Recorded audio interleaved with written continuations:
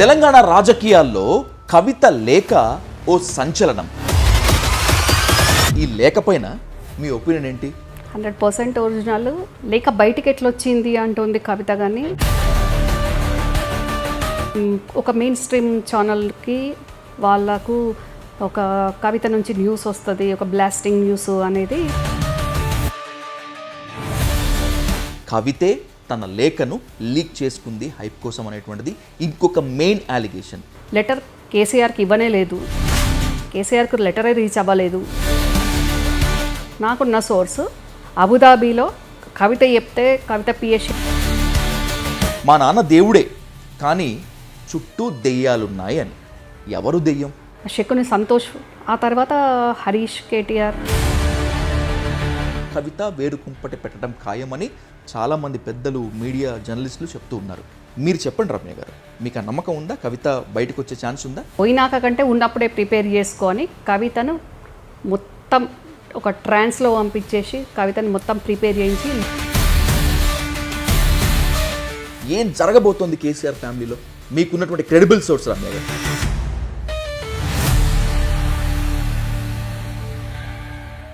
తెలంగాణ రాజకీయాల్లో కవిత లేఖ ఓ సంచలనం.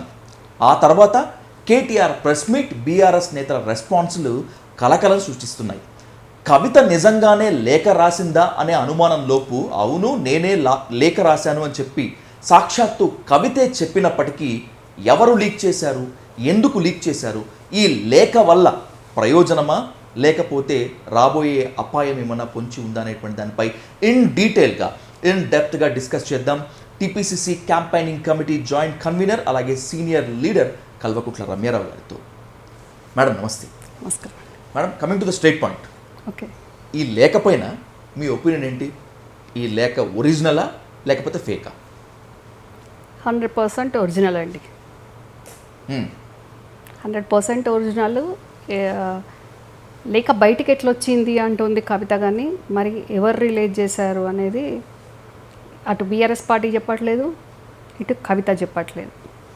కానీ నాకున్న సోర్స్ తోటి కవిత అమెరికాకు వెళ్ళే ముందే ఈ ఒక మెయిన్ స్ట్రీమ్ ఛానల్కి వాళ్ళకు ఒక కవిత నుంచి న్యూస్ వస్తుంది, ఒక బ్లాస్టింగ్ న్యూస్ అనేది వినిపించింది.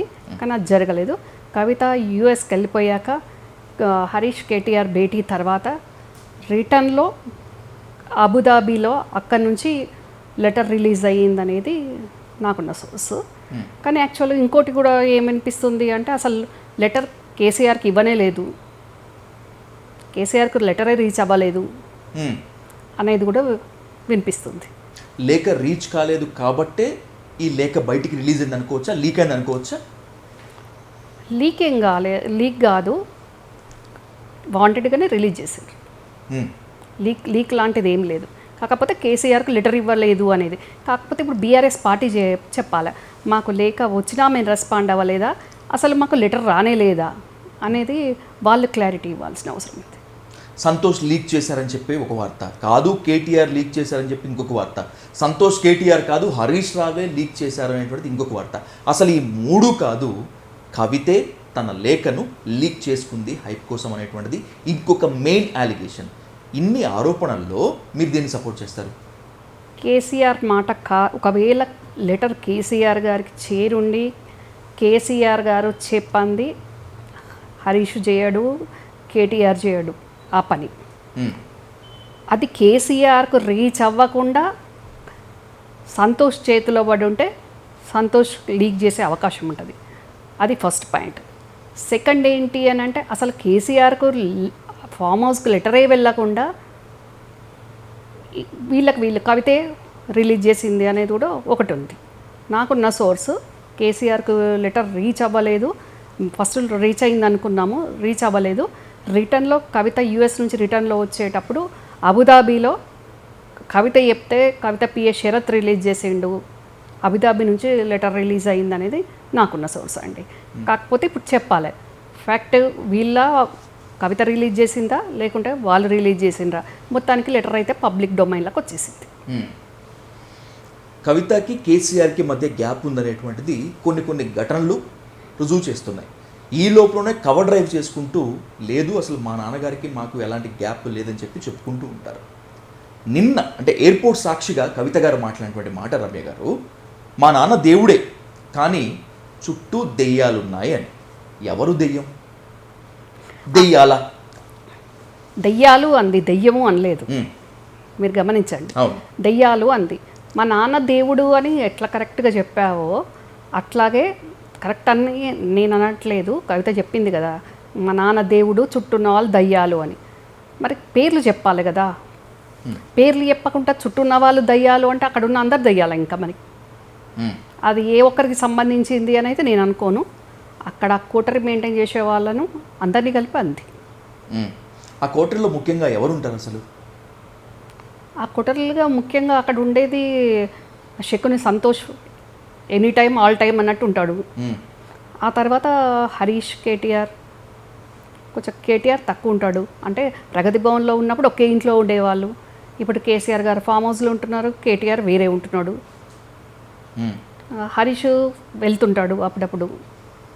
ఏది ఏమైనా లెటర్ రాసింది నిజం కవిత, అది పబ్లిక్ డొమైన్లో పడ్డది నిజం. కవిత వీళ్ళని దయ్యాలన్నది నిజమే. ఉమ్, అది వాస్తవంగా కూడా ఇబ్బందికర పరిస్థితులు ఉన్నాయి. అక్కడికి వెళ్తే పెద్ద అయినా మాట్లాడకపోతే చెప్పుకునే పరిస్థితి లేకుంటే ఈ లెటర్ రిలీజ్ చేసి ఉంటుంది. ఉమ్, అంటే తనకు జరుగుతున్న ఇబ్బంది అంటే అక్కడ మాట్లాడే పరిస్థితి లేదు, పట్టించుకునే వాళ్ళు లేరు, పబ్లిక్ తెలియాలని నా బాధ అనుకొని లెటర్ రిలీజ్ చేసిందేమో. కేసీఆర్ కుటుంబంలో విభేదాలు ఉన్నాయని చెప్పి మీడియా కూడా కూస్తుంది. ఇక డిజిటల్ మీడియా గురించి అయితే మనం కొత్తగా చెప్పుకోవాల్సిన పని లేదు రమ్య గారు. నిజంగా కేసీఆర్ ఫ్యామిలీలో విభేదాలు ఉన్నాయా? ఒకవేళ గనక ఉంటే కవిత కేటీఆర్ కొట్టుకోవాల్సిన పరిస్థితి గనక ఉంటే దేనికోసం? పవరా లేకపోతే ప్రాపర్టీసా? ఫస్ట్దేనండి, పవరే. అందరికీ పవరే కావాలి. పెద్ద ఆయన ఒక్క ఉంటే సరిపోతుంది అని ఏ ఒక్కరు అనుకోరు. అందరూ ఎప్పుడైతే పెద్ద ఆయన ముఖ్యమంత్రి అవుతాడో అని వీళ్ళు ఎవరూ అనుకోలేదు. కేసీఆర్ గారు ముఖ్యమంత్రి అవుతారు అని ఎవరూ అనుకోలేదు. వీళ్ళు కుటుంబ సభ్యులు అయ్యిండ్రు కాబట్టి ఆ పవర్ ఎంజాయ్ చేసి వీళ్ళు ప్రతి ఒక్కరికి ముఖ్యమంత్రి కావాలనే ఉంది అక్కడ ఉన్న అందరికి కూడా. పెద్ద ఆయన ఒక్క ఆయన ఉంటే సరిపోతుంది, ఆయన నీడల మనం ఉందాము అనే ఆ సొయ్యి ఎవరికి లేదు. అందరికీ మాకు ముఖ్యమంత్రి కావాలి. ఎందుకంటే 10 ఏళ్ళు పవర్ ఎంజాయ్ చేసిండ్రు, పైసలు సంపాదించుకున్నారు, ప్రజల బాధ లేదు, ప్రజల గోసద లేదు. ఎంతసేపు ఆరాటం, పోరాటం, పైసలు సంపాదించుకోవాలని ఆరాటం, పదవి పోరాటం. అది ఈ పరిస్థితికి దారితీసింది ఈరోజు. కేసీఆర్ లాంటి ఐకాన్ ఉండగా బీఆర్ఎస్లో హరీష్ రావు కానీ, కేటీఆర్ కానీ, కవిత కానీ ఈయన నీడ విడిచిపెట్టి పోరు అనేటువంటిది చాలామంది ఇచ్చే కాంక్రీట్ స్టేట్మెంట్. నో, రాబోయే రోజుల్లో స్ప్లిట్ గ్యారంటీ. కేసీఆర్ ఉండగానే ఎవరికి వాళ్ళు వేరుకుంపటి పెడతారు, అందరికన్నా ముందుగా కవిత వేరుకుంపటి పెట్టడం ఖాయమని చాలామంది పెద్దలు, మీడియా జర్నలిస్టులు చెప్తూ ఉన్నారు. మీరు చెప్పండి రమ్య గారు, మీకు ఆ నమ్మకం ఉందా? కవిత బయటకు వచ్చే ఛాన్స్ ఉందా? ఉందండి, డెఫినెట్గా. ఎందుకంటే కవితకు ముఖ్యమంత్రి అవ్వాలనేది కొంచెం ఉండే, కానీ శకుని సంతోషే కవితను మెంటల్గా బాగా ప్రిపేర్ చేసిండు. ఖచ్చితంగా ఇక్కడ కేటీఆర్ అవ్వద్దు, హరీష్ అవ్వద్దు, వాళ్ళిద్దరూ అయితే మన ఇద్దరి పరిస్థితి అగ్గెమగోచరం, అయోమయం అయిపోద్ది, ఏదీ నడవదు. పెద్ద ఆయన ఉన్నంతసేపే మనది నడుస్తుంది, కానీ తర్వాత నువ్వే కావాలి, ప్రిపేర్ చేసుకో, పోయినాక కంటే ఉన్నప్పుడే ప్రిపేర్ చేసుకో అని కవితను మొత్తం ఒక ట్రాన్స్లో పంపించేసి కవితను మొత్తం ప్రిపేర్ చేయించి లిక్కర్ స్కామ్లో కూడా ఇరికించి కవితను జైలుకు పంపించింది కూడా ఈ నీచుడే. సంతోష్ గురించి మిగతా చోట్ల కొంతమందితో మాట్లాడినప్పుడు రమ్య గారు, అంటే ప్రత్యేకంగా కాదు, ఇంటర్వ్యూస్లో మాట్లాడినప్పుడు బీఆర్ఎస్తో కేసీఆర్తో చాలా సన్నిహితంగా ఉన్నటువంటి వాళ్ళు చాలామంది సంతోష్ని చాలా ఎక్కువ ఊహించుకుంటారు, ఎక్కువ చెప్తారు. బట్ అతను అలాంటి వాడు కాదు, అమాయకుడని చెప్పను కానీ అంతగా తెలివి లేదు అని చెప్పి అంటూ ఉంటారు. నిజంగా సంతోష్ అంత కన్నింగ్ నేచర్ ఉన్నటువంటి పర్సన్ నిన్న? చాలా చాలా కన్నింగ్ అండి, చాలా కన్నింగ్. అది చూసే వాళ్ళకు ఏం తెలియనట్టు అమాయకంగా విధేయతతో ఉన్నట్టు కనిపిస్తాడు, కానీ వాని విధేయత వెనకాల మొత్తం కుట్రలు, కుతంత్రాలు, అక్రమాలే ఉంటాయండి. ఎందుకంటే సంతోష్ ఫ్రెండ్స్ కానివ్వండి, సంతోష్ కోటరీ కానివ్వండి, ఇప్పుడు చూస్తే అసలు ఎక్కడి వాళ్ళు ఎక్కడ ఒక హోటల్లో టేబుల్ తుడిచిన వాళ్ళు ఏమంటారు సర్వర్ లాంటి వాళ్ళు కూడా ఈరోజు ఎక్కడికో వెళ్ళిపోయినారు సంతోష్ ఫ్రెండ్స్. వాళ్ళందరూ ఏం చెమట వచ్చిండ్రు, వాళ్ళ ఉద్యమంలో ఎక్కడున్నారు, వాళ్ళ పార్టీ పదవులు ఏంది, వాళ్ళ పరిస్థితి ఏంది, ఇప్పుడు వాళ్ళు ఏ స్థాయిలో ఉన్నారు. ఇదంతా సంతోష్ అండదండ కాదా? సంతోష్ ఎవరు అండదండలతోటి ఇదంతా చేస్తున్నాడు. లాస్ట్కు మా కల్వకుంట్ల కుటుంబాన్ని టోటల్గా విచ్ఛిన్నం చేసే పరిస్థితి చేసిందే ఈ సంతోష్ ఫ్యామిలీ. సంతోష్ ఒక్కడు కాదండి, ఇక్కడ మీకు ఎప్పుడు సంతోష్ ఒకడే అనుకుంటాడు, కానీ సంతోష్ తెలంగాణ ప్రజలకు కానివ్వండి, కేసీఆర్ని అభిమానించేటోళ్ళకి కానీ తెలియని విషయము ఉంది. సంతోష్ ఒక్కడే కాదు, అశకునిగాడు ఒక్కడే కాదు, ఆ ఫ్యామిలీ కుదురుపాక కోటరి. సంతోష్ వాళ్ళ అమ్మ పేరు శశికళ, ఆమె కరీంనగర్లో ఉంటుంది. మొత్తం నడిపించేదంతా ఆమె ట్రాప్లో శోభమ్మ పడింది. వాళ్ళు చెప్పినట్టు శోభమ్మ వింటది. అందుకే ఈ దుస్థితి, ఈ పరిస్థితి. ఈరోజు సొంత కూతురు కూడా, నేను అన్న కూతురును నాకు అన్యాయం చేసి పంపించేసిండ్రు బయటికి, ఈరోజు సొంత కూతురు కూడా మరి ఎందుకు విభేదించాల్సి వస్తుంది, ఎందుకు మాట్లాడాల్సి వస్తుంది, అన్ని పవర్. నేనంటే ఏమీ అక్కడ కనీసం బంధుత్వం లేకుండా చేసేసిండ్రు బాబాయ్ తోటి. కానీ కవిత పవర్ ఎంజాయ్ చేసింది, డబ్బులు సంపాదించుకుంది, కేసీఆర్ కూతురు అయినా కూడా కవిత బయటికి వస్తుంది. అంటే దీని వెనకాల ఏముంది?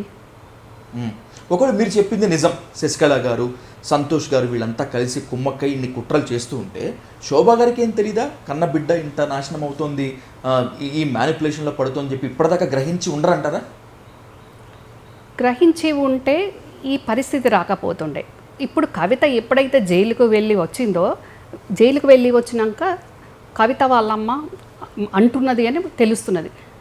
అసలు బీజేపీ వాళ్ళు పిలిచినప్పుడు కవితను నా బిడ్డను బీజేపీ వాళ్ళు కూడా పిలిచిండ్రు అని ఫామ్ హౌస్ ఫైల్స్లో ఒక సందర్భంలో కేసీఆర్ గారు అన్నారు. ఓకే, శోభమ్మ అన్నదంట బీజేపీ వాళ్ళు పిలిచినప్పుడు పోయినా బాగుండు, ఈ జైలు జీవితం ఉండకపోతుండే, ఎవరి రాజకీయం వాళ్ళది, ఎవరి పార్టీ వాళ్ళది అందంట. అంటే ఇంకా దాని అర్థం ఏంటి? అవును, ఇప్పుడు మీడియాలో సంతోష్ గురించి ఇంత పెద్ద ఎత్తున చర్చ నడుస్తూ ఉంటుంది. మీరు ముఖ్యంగా శకుని అనే పిలుస్తారు సంతోష్ని, మిగతా వాళ్ళకు కూడా, అంటే ఏ మీడియా రాసినా కూడా సంతోష్కి ఎగనెస్ట్గానే స్టోరీలు రాస్తూ ఉంటుంది. ఇంత ఓపెన్ టాక్ నడుస్తున్నప్పుడు కూడా కేసీఆర్ గారు కానీ, లేకపోతే కేసీఆర్ గారి భార్య శోభా గారు కానీ ఎప్పుడు సంతోష్ గురించి ప్రస్తావన వచ్చి ఉండదా రమ్య గారు? అక్కడ ప్రస్తావన వచ్చేటట్టు కాదండి, వాడు అట్లా ఆ రకంగా మ్యానిపులేట్ చేస్తాడు. అక్కడ చాలా బయట జరిగేటి కేసీఆర్ గారికి తెలియదు. కేసీఆర్ గారికి తెలిసే విషయము వేరే రకంగా చేసి చెప్తారు వీళ్ళిద్దరు, శోభమ్మ శకునిగాడు అట్లా. సో అందుకని ఇక్కడ బయట గ్రౌండ్ రియాలిటీ ఏంటి, ఫ్యామిలీ రియాలిటీ ఏంటి అని కేసీఆర్కు తెలియవు యాక్చువల్గా. ఇప్పుడు చాలామంది బ్యూరోక్రాట్స్ కానివ్వండి, పార్టీలు ఉన్న ఎమ్మెల్యేలు, ఎంపీలు, గవర్నమెంట్ ఉన్నప్పుడు ఎందుకు రీచ్ అవ్వలేకపోయినరు, ఎందుకు గెలవలేకపోయినరు కేసీఆర్ను? కనీసం ఇప్పుడు కేసీఆర్ను గెలవలేకపోయినా శోభమ్మకైతే గెలవచ్చు కదా. అవును, ఎంపీలు, ఎమ్మెల్యేలు, మంత్రులు ఆమె చెప్పొచ్చు కదా, ఇంతమంది మంత్రులు, ఎమ్మెల్యేలు మీ అపాయింట్మెంట్ కోసం వెయిట్ చేస్తున్నారు ఆమె చెప్పొచ్చు కదా. అక్కడ ఉండదు అట్లా. టోటల్ అంతా వీడే శకునిగాడే మేనేజ్ చేస్తాడు. ఈటల రాజేందర్ లాంటి ఆయన కూడా బయటకు వచ్చి చెప్పిండు కదా. మాది మినిస్టర్గా ఉన్న మహమూద్ అలీ కూడా బయట వెయిట్ చేయాల్సిన పరిస్థితి వచ్చింది కదా. హోమ్ మినిస్టర్ అయి ఉండి కూడా డీజీపీకి అలౌ చేసిండు, హోమ్ మినిస్టర్ను ప్రగతి భవన్ గేటు ముందు ఉంచిండు. ఇదంతా ఎవరు చేస్తున్నారు? ఇదంతా నడిపించేది, అంతా చేసేది శకునిగాడు. శోభమ్మ మొత్తం శశికళ ట్రాప్లో ఉంది, వాళ్ళ కనుసన్నల్లోనే మొత్తం నడుస్తుంది. ఒకవేళ కవిత వేరుకుంపటి పెడితే, కొత్త పార్టీ పెడితే ఆమె ఫ్యూచర్ ఏంటి? బీఆర్ఎస్కు జరిగే నష్టం ఏంటి? ఆమెకు కలిగేటువంటి లాభం ఏంటి? నాకు తెలిసి బీఆర్ఎస్కు నష్టం ఉంటుందని నేను అనుకోను. కాకపోతే కవితనే అంటారు కావచ్చు అందరు. అంటే కేసీఆర్తో ఉన్నటువంటి అసంతృప్తి, కేసీఆర్ మీద ఉన్నటువంటి కోపం, కేటీఆర్తో పడినటువంటి వాళ్ళు, హరీష్ రావు నాయకత్వాన్ని లేకపోతే ఈ ఓవర్కమింగ్ నేచర్ని ఒప్పుకోలేనటువంటి వాళ్ళు కవిత గారితో వెళ్ళే ఛాన్స్ ఉండదా? మోస్ట్లీ ఉండదండి. ఎందుకంటే పెద్ద మనిషి లైవ్లో ఉన్నంత వరకు కూడా అందరూ అక్కడ ఉంటేనే తెలంగాణ సమాజం ఏ రకంగా ఏమీ అనుకోదు. ఎందుకంటే ఇప్పుడు అపోజిషన్లో ప్రభుత్వంలో ఉన్నప్పుడు పెద్ద ఆయనతోటి ఉన్నారు, ప్రభుత్వంలో లేనప్పుడు ఆయనకు తోడు నీడ అండదండగా ఉండకుండా ఎందుకు బయటకు వచ్చిండ్రు అనుకుంటారు. మరి కవిత బయటికి వచ్చి ఇన్ని అంశాలు మాట్లాడింది అన్ని చెప్తున్నప్పుడు అక్కడ నుంచి ఏ ఒక్కరన్నా ఖండించాలి, నిజమైనా నిజం కాకపోయినా, తప్పైనా ఒప్పైనా. కానీ ఎవరు ఏం మాట్లాడట్లేదు. మరి కవిత సపరేట్ పోతే తన జాగృతి ఆర్గనైజేషన్ ఉంది కాబట్టి మరి బీసీ పాయింట్ ఒకటి వాడుతుంది కదా, ఆ కాజ్ తీసుకుంటుంది కాబట్టి మరి కవితకు మీలాంటి మీడియా వాళ్ళు కూడా ఏం సలహాలు ఇస్తుండ్రో ఏమో. మరి అక్కడ ఉండి ఈగో హట్ అయ్యి అక్కడ ఇబ్బంది పడుకుంటూ అక్కడ నాకు నా పొజిషన్ ఏంది డైలామాగల్లో ఉంది, ఎమ్మెల్సీ అయిపోబోతుంది, ఇక్కడ ఏమి ఇచ్చే పరిస్థితి కనిపించట్లేదు, సో ముందే సర్దుకోవడం బెటరు అని అనుకుందేమో అని నేను అనుకుంటున్నాను. కేసీఆర్ ఫ్యామిలీలో చిచ్చు ఉంది, ఇదంతా ఫ్యామిలీ ఎమోషనల్ డ్రామా అని కాంగ్రెస్ ఆరోపిస్తోంది. కాంగ్రెస్ ఇంకొక ఆరోపణ ఏంటంటే బీజేపీ బీఆర్ఎస్ కలిపి ఆడుతున్నటువంటి డ్రామా ఇది అనేటువంటిది ఇంకొక ఆరోపణ కాదు. బీఆర్ఎస్ను అప్రతిష్ట పాలు చేయడానికి, కేసీఆర్ ఫ్యామిలీలో ఏదో జరుగుతోంది అని చూపించడానికి రేవంత్ రెడ్డి అండ్ కో చేస్తున్న ఆరోపణ అనేటువంటిది బీఆర్ఎస్ నేతల ఇంకొక ఆరోపణ. ఎవరిని చికాకు పెడుతున్నారు, లేకపోతే ఎవరితో పనిచేస్తున్నారు? ఆ లెటర్ రాసింది కవిత, ఒప్పుకుంది కవిత, ఆ రైటింగ్ కవితదే. ఇంకా రేవంత్ రెడ్డి ఏ రకంగా, అదే రేవంత్ రెడ్డి రైటింగా, రేవంత్ రెడ్డి లెటరా, కవిత మా పార్టీలో ఉందా, కాంగ్రెస్ పార్టీకి ఏం సంబంధం, రేవంత్ రెడ్డికి ఏం సంబంధం, ఏం మాట్లాడుతున్నారు వాళ్ళు? గత సార్వత్రిక ఎన్నికల్లో బీఆర్ఎస్కి బీజేపీకి దోస్తీ ఉంది అని విపరీతంగా ప్రచారం చేసింది కాంగ్రెస్ విజయంలో ఇదొక కీలకమైనటువంటి ప్రచార నినాదం కూడా. మళ్ళీ బీజేపీకి బీఆర్ఎస్కి దోస్తీ ఇంకా చెడిపోలేదు, ఇంకా బలపడుతోంది, దీనికి కారణం కవిత లేఖ అని చెప్పి రేవంత్ అండ్ కో టీం బాగా పనిచేసింది అనేటువంటిది బీఆర్ఎస్ వాళ్ళ ఆరోపణ. అదేం లేదండి, అస్సలు అట్లా ఛాన్సే లేదు. వీళ్ళు ఆరోపించడానికి అట్లా ఆరోపిస్తారు అంతే, అది ఆరోపణలే కానీ వాస్తవం కాదు. నడుస్తుంటుందా అసలు మీ కాంగ్రెస్ అంతర్గత మీటింగ్స్లో కవిత వేరుకుంపటి పెట్టిపోతుంది, లేకపోతే కేసీఆర్ ఫ్యామిలీ చిన్న భిన్నం కాబోతుంది, మనం ఇలా యూజ్ చేసుకోవాలి, మనం ఇలా క్యాంపెయిన్ చేయాలి, మనం ఇలా మాట్లాడాలని చెప్పి అనుకుంటారా? అసలు ఆ టాపికే రాదండి అక్కడ. అసలు అంత లైట్ తీసుకుంటారు రమ్య గారు మీరు కేసీఆర్ ఫ్యామిలీని? కేసీఆర్ ఫ్యామిలీ కాదు, బీఆర్ఎస్ పార్టీ గురించి మాట్లాడతారు కానీ ఇక్కడ కేసీఆర్ ఫ్యామిలీ గురించి కానీ, ముఖ్యమంత్రి కానీ, మా మంత్రులు కానీ ఎందుకు మాట్లాడుకుంటారు? పార్టీ కూడా ఎందుకు మాట్లాడుతుందండి? అక్కడ అదొక రాజకీయ పార్టీగానే చూస్తారు కానీ ఆ ఫ్యామిలీలో ఏం జరుగుతుంది అనేది ఏం అవసరం, ఎందుకోసం మాట్లాడుకుంటారు? మేము చెప్పిన సంక్షేమ పథకాలు అవి ఫుల్ఫిల్ చేయడానికి అష్ట కష్టాలు పడుతుండ్రు, ఆ రకంగా పనిచేస్తున్నారు. ఇంకా ఈ ఫ్యామిలీ పంచాయతీ గురించి ఎందుకు ఆలోచిస్తారు చెప్పండి? కవిత లెటర్ బయటికి వచ్చింది కాబట్టి ఇప్పుడు మాట్లాడాల్సి వస్తుంది, మాట్లాడుతున్నారు అంతే. అది కూడా బీఆర్ఎస్ వాళ్ళు పెట్టిన అలిగేషన్స్కి మాట్లాడుతున్నారు కానీ మాట్లాడాల్సిన అవసరం కాంగ్రెస్ పార్టీకి ఏం లేదు కదండి. బీఆర్ఎస్లో కోవట్టులు ఉన్నారు నో డౌట్, కానీ ఉన్నది మాత్రం కాంగ్రెస్ కోవట్టులు అని చెప్పి ఒక బాంబు పేల్చారు కేటీఆర్. ఎవరెవరిని ప్రవేశపెట్టారు మీ పార్టీ నుంచి బీఆర్ఎస్లో ఏం జరుగుతుందో తెలుసుకోవడానికి? మాట్లాడిన కేటీఆరే ఆ పేరు చెప్పాలి కదా. కవిత పేరు చెప్పకుండా దయ్యాలంటది, కేటీఆర్ కాంగ్రెస్ కోవట్ అంటారు. అసలు వీళ్ళు ఏం మాట్లాడుతుండ్రు చెప్పాలి కదా. మరి ఇట్లా ఈ కోడ్ భాషలు ఎందుకు మాట్లాడడం, ప్రజలను అయోమయం చేయడం ఎందుకు? దయ్యాలు ఎవరో కవిత సూటిగా చెప్పాలా, కాంగ్రెస్ కోవట్ ఎవరో కేటీఆర్ చెప్పాలా?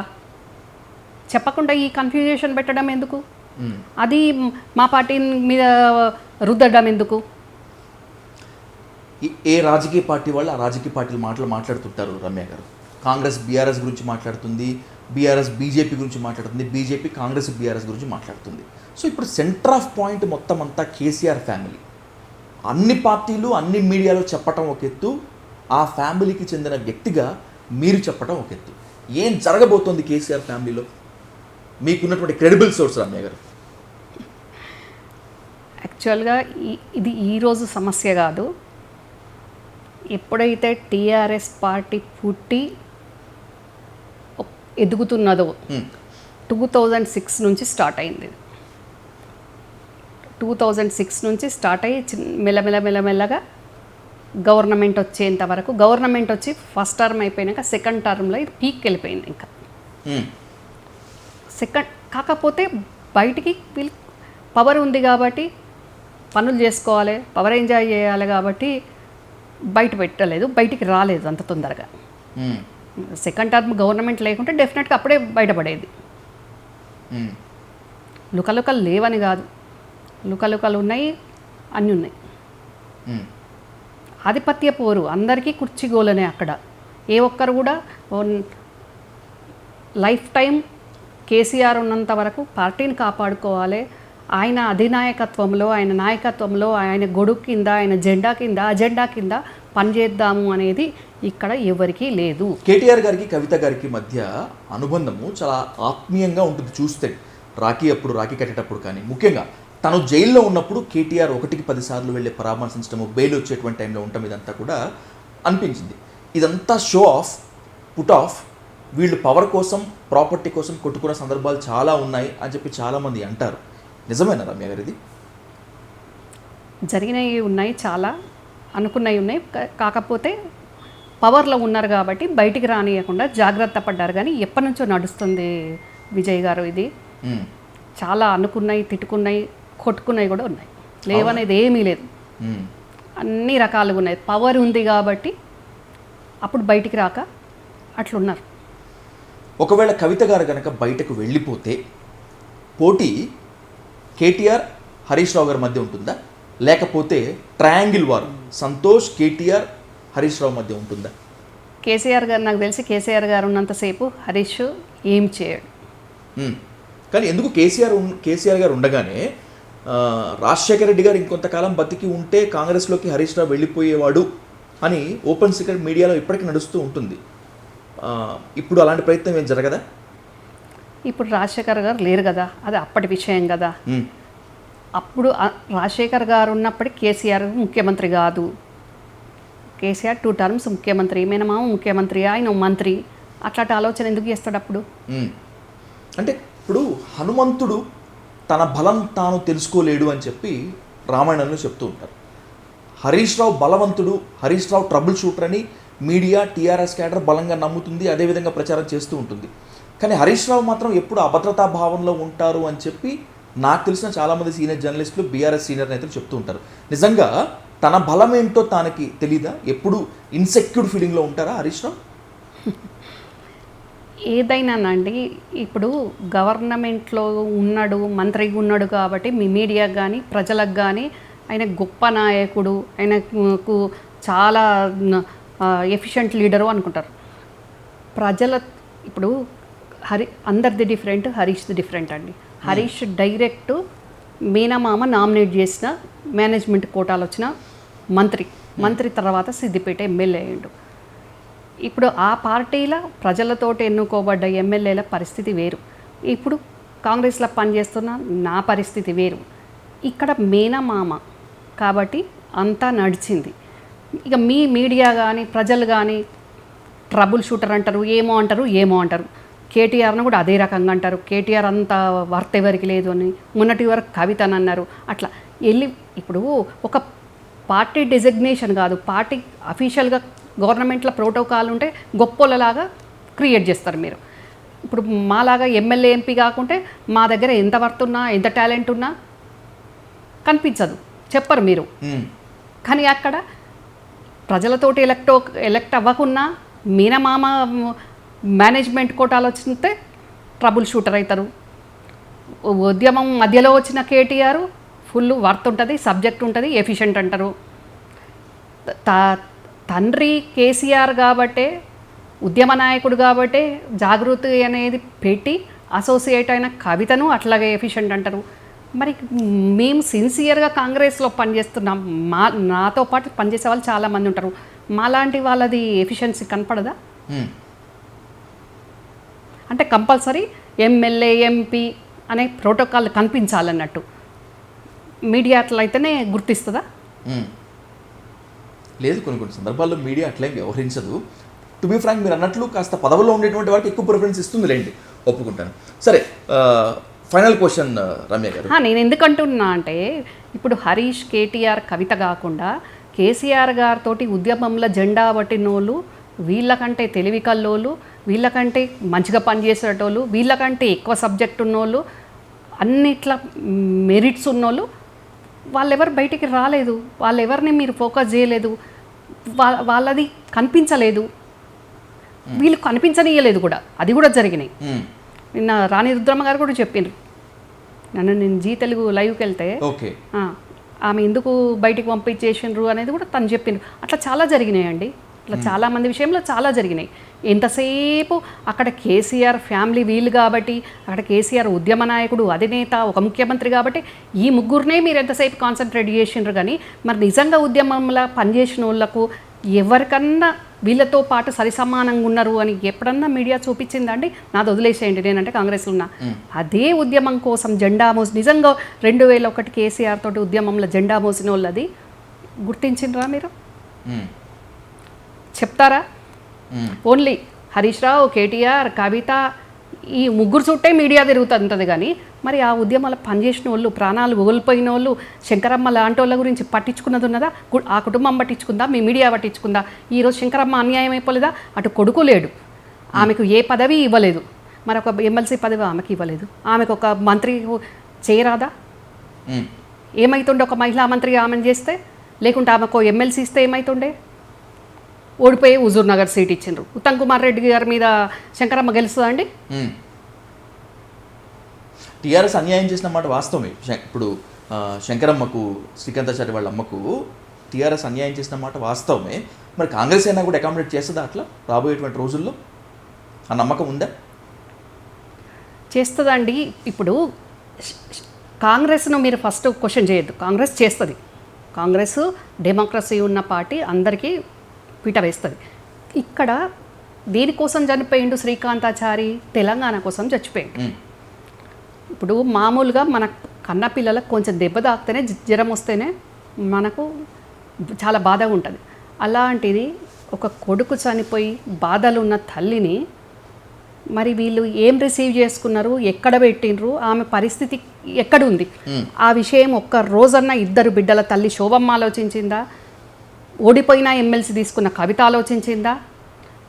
ఒక సంవత్సరం పక్కకు పెట్టి మంత్రి రానందుకు ఆగమాగమైన హరీష్ ఆలోచించిండా?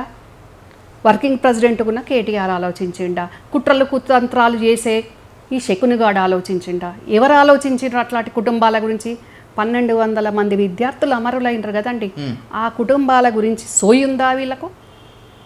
ఇప్పుడు చాలా మాట్లాడతారు, ప్రభుత్వంలో ఉన్నప్పుడు మాట్లాడినరు, ఇప్పుడు ప్రతిపక్షంలో ఉండి మాట్లాడుతున్నారు, ఇప్పుడు మమ్మల్ని అడ్డగోలు అంటున్నారు.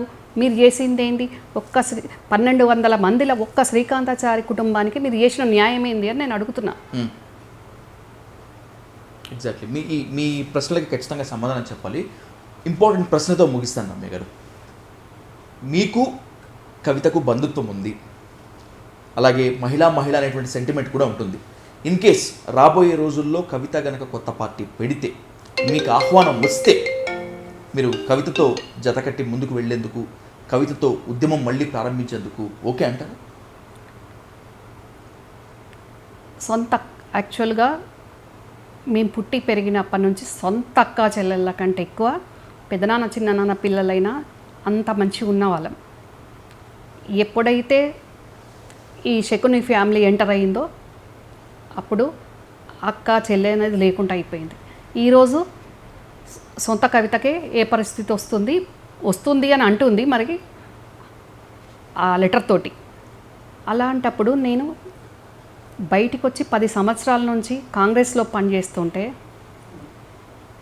ఏ రోజైనా అక్క ఎందుకు బయటికి వెళ్ళిపోయింది, అక్కకు అన్యాయం చేసినాము, మరి పెదనాన్న లేకుంటే మనం ఎక్కడున్నాము, రంగారావు లేకుంటే కేసీఆర్ ఎక్కడిది, ఉద్యమం ఎక్కడిది, పార్టీ ఎక్కడిది, కేసీఆర్ రాజకీయ ప్రస్థానం ఎక్కడిది అని ఒక్క రోజన్నా వీళ్ళకి సొయ్యి ఉందా? వీళ్ళు ఆలోచించిండ్రా? 10 సంవత్సరాలు నేను కాంగ్రెస్లో కార్యకర్త నుంచి ఈ స్థాయి వరకు నేను పనిచేసుకుంటూ వచ్చిన. నాతో పాటు నా కొడుకు రితీష్ కూడా పనిచేస్తుండే 10 సంవత్సరాల నుంచి. మేము సొసైటీలో ఎన్ని అవమానాలు, ఎన్ని కష్టాలు, ఎన్ని నష్టాలు, ఎన్ని భరించుకోవాల్సి వచ్చింది. అయినా కాంగ్రెస్ పార్టీ నన్ను ఒక చెల్లె లెక్క, అక్క లెక్క, నాకు టికెట్ ఇవ్వలేకపోవచ్చు, కానీ వీళ్ళు ముఖ్యమంత్రి ఉండి ఇట్లుండి ఇంత ఇబ్బంది పెట్టినరు అని ప్రతి ఒక్కరూ నా గురించి మంచిగా రిసీవ్ చేసుకున్నారు, నన్ను ఒక తోబుట్టు లెక్క చూసుకున్నారు అక్కడ ఇప్పటి వరకు వాళ్ళు. నేను అక్కడ వాళ్ళతోటి మమేకమైపోయిన. మెయిన్గా మా నాన్న కాంగ్రెస్ లీడర్, మా నాన్న ఆశయాల కోసం నేను కాంగ్రెస్లోనే ఉంటా, కాంగ్రెసే తోటే పనిచేసుకుంటాను. ఏది ఏమైనప్పటికీ రాబోయే రోజుల్లో కవిత మూమెంట్, కవిత స్టెప్స్ ఖచ్చితంగా తెలంగాణ రాజకీయాల్లో ఒక కీలక మలుపుగా ఉంటాయని చెప్పి చాలామంది అంటున్నారు. అన్నింటికీ మించి బీఆర్ఎస్ పాలిటిక్స్ మొత్తం అంతా కూడా చేంజ్ అవుతాయని అంటున్నారు. మీరు కవిత కనుక బయటికి వస్తే ఒరిగేది ఏం లేదంటున్నారు. కాలమే అన్నిటికీ సమాధానం చెప్తుంది రమ్యారావు గారు. ఖచ్చితంగా మళ్ళీ మనం కూర్చుందాం. టీఆర్ఎస్ అంతర్గత విషయాలతో మాత్రమే కాకుండా రాబోయేటువంటి రోజుల్లో కాంగ్రెస్ ప్రజలకు ఏమి హామీ ఇచ్చింది, ఎంతవరకు నెరవేర్చినటువంటి దానిపై మళ్ళీ ఇన్ డీటెయిల్గా డిస్కస్. ఇక్కడ నుంచి మీకు ఒక మాట చెప్పాలి విజయ్ గారు. మీరు నన్ను అడిగారు కవిత బయటికి వచ్చి పార్టీ పెట్టుకుంటే మీరు కవితతోటి పని చేస్తారా? మీరు కవితను ఒకటి అడగండి. అడగలేకపోయినా, మీకు టైం ఇవ్వలేకపోయినా, మీకు ఇంటర్వ్యూ టైం ఇవ్వలేకపోయినా మన ఇంటర్వ్యూ ద్వారానైనా కవితకు ఒక వాస్తవం తెలవాలి. వాస్తవాలు ఎప్పుడు తీయగా ఉంటాయి, చేదుగానే ఉంటాయి. ఎగ్జాక్ట్లీ. కవిత జైలుకు వెళ్ళక ముందైనా వెళ్ళి వచ్చినాకైనా మీరు బయట ఉన్న నన్ను అడిగినరు, కానీ కేసీఆర్కు సంబంధించిన అక్కా చెల్లెళ్ళు, మా తాత రాఘవరావు సంస్థానానికి సంబంధించిన వాళ్ళం ఆల్మోస్ట్ బయట నుండి వచ్చిన అల్లుళ్ళైనా కోడన్లైనా అందరం కలుపుకొని 300 మంది ఉంటాం మా మేనత్తలకు సంతానం. వాళ్ళందరూ కూడా ఇప్పుడు మీరు నన్ను క్వశ్చన్ వేసిండ్రు కాబట్టి నేను కవిత కన్వే చేయాలి కాబట్టి చెప్తున్నాను. ఇప్పుడు కవిత బయటికి పోతుందా లోపల ఉంటుందా ఇంకా సందిగ్ధంగా ఉంది పరిస్థితి. ఓకే. కానీ స్టిల్ ఈ నిమిషం వరకు ఏ ఒక్కరు కూడా కవితకు మరి నువ్వు బయటికి పోతే నీకు మేము మద్దతు ఉంటామనో మాట్లాడిన వాళ్ళు లేరు. కవిత జైలు నుంచి కవిత జైలుకి పోయినప్పుడు కూడా కవితను వాడుకొని ఈరోజు బయట ఉన్న నేను బయటికి రాబోతున్న కవిత గురించే మాట్లాడుతున్నారు. కానీ మరి కవితను యూజ్ చేసుకొని అక్కడ మీనమామ కేసీఆర్ను యూజ్ చేసుకొని ఆ బ్రాండు ఆ సింబల్ని యూజ్ చేసుకొని ఉన్న ఆడోళ్ళు కూడా ఎంతోమంది భూములు కబ్జా పెట్టిన వాళ్ళు ఉన్నారు అక్కడ కుటుంబంలో. వాళ్ళది బయటికి రాదు మరి ఈరోజు. అలాంటి వాళ్ళు కూడా కవితతోటి లాభపడ్డ వాళ్ళు కూడా ఈరోజు కవితను జైలుకు పోయిన సందర్భంలో మంచిగా అయింది అన్న వాళ్ళే ఉన్నారు, కానీ అయ్యో పాపం అన్న వాళ్ళు లేరు. ఈ విషయం కవితకు తెలియాలి. అందరూ నటిస్తున్నారు, అందరూ ఆర్థిక అవసరాల కోసము. మీనమామ ముఖ్యమంత్రి కాబట్టి, సొసైటీలో బ్రాండ్ కాబట్టి అందుకోసం అందరు నటిస్తున్నారు. కవిత జైలు నుంచి వచ్చినాక కూడా ఎవ్వరూ స్వచ్ఛందంగా కవితకు రిసీవ్ చేసుకోలేదు. కవిత వాళ్ళమ్మ ప్రతి ఒక్కరికి ఫోన్ చేసి రండి అంటే తిట్టుకుంటూ తప్పది అన్నట్టు అక్కడ పెద్ద ఆయన బతికే ఉన్నాడు కాబట్టి మళ్ళీ రేపు ఏమవుతుందో, రేపు ఏం అవసరం ఉంటుందో అన్న దాంట్లో అందరు కూడా అప్పుడు మంచిగా అయింది అన్నోళ్ళే మొహమాటానికి వచ్చి కవిత ముందు నటించిండ్రు. అంతా నటిస్తున్నారు. ఆ విషయం కవిత తెలుసుకోవాల్సిన అవసరం ఉంది. Thank you so much madam. Thank you.